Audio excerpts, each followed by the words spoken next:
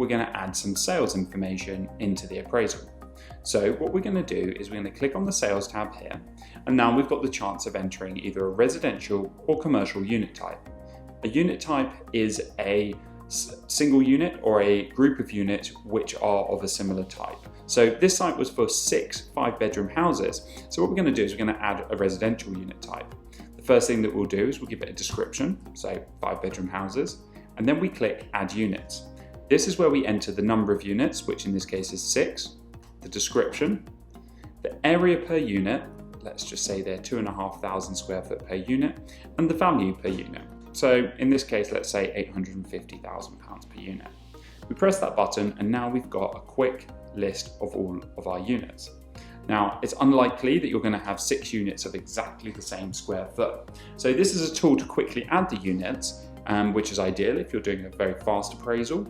Or what you can then do is go in and actually customize the area. So we might call this one might have an extra 250 square feet, for example. And as I've typed that 2,750 in, you can see that the pounds per square foot has automatically updated. Alternatively, I can actually change the pounds per square foot and you can see that the value updates, or I can update the value. So let's say that this one is £1 million and then the pounds per square foot updates in reverse. You can also customize the name of the unit. As we scroll down, we've got deposits. So here we can see we have 10% deposits, or you can also set an amount per unit. This allows you to break out the deposits in the cash flow. At the bottom, we have the associated costs. So these are sales agents and sales legals, which can be changed by either changing the percentage or the amount of money in pounds. And we can also add custom costs by clicking this. We can give it a custom name and set the cost either as a percentage of GDV or putting an amount in pounds.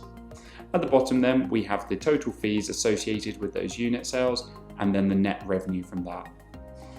Once we've done that, we can collapse this and we can see the total saleable area, the NIA here, the gross development value here, the total sales cost and the net development value there.